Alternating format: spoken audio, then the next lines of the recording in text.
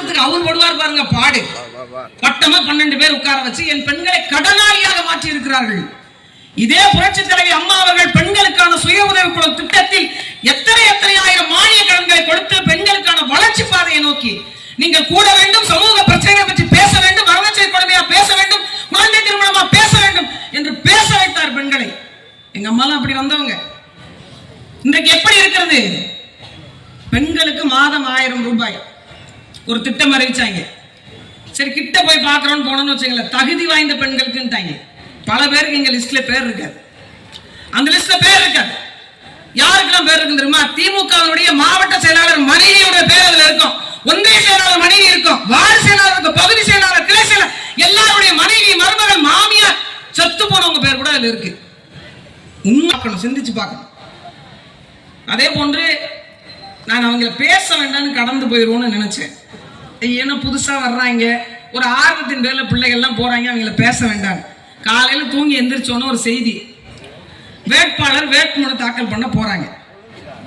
இப்ப இந்த தமிழக வெற்றி கழகத்துல அபிடவிட் எடுத்துட்டு போல, வேட்புமனுவே இல்ல, ஒரு 10 பேர் போறாங்க.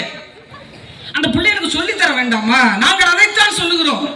அரசியலை கற்றுக் கொடுக்காது, பிள்ளைகளுக்கு அதிகாரத்தை சொல்லித் தராது.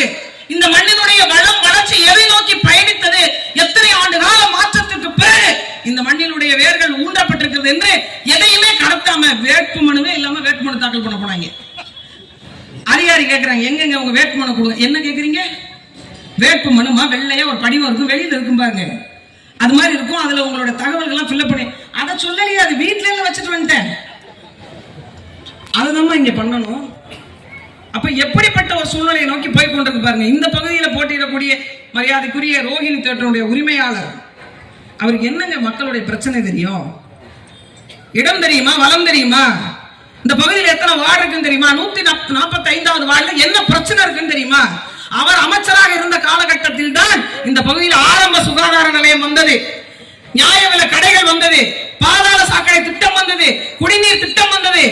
ஒரு 5 ஆண்டு காலகட்டத்தில் ஒரு மனிதனால் இவ்வளவு செய்ய முடியும் என்றால், வரக்கூடிய வெற்றியும் நீங்கள் கொடுத்தீர்கள் என்றால், இந்த மண்ணில் என்னவெல்லாம் நலத்திட்டங்கள் சொல்லி இருக்கிறார்கள் அத்தனையும் செய்ய முடியும்.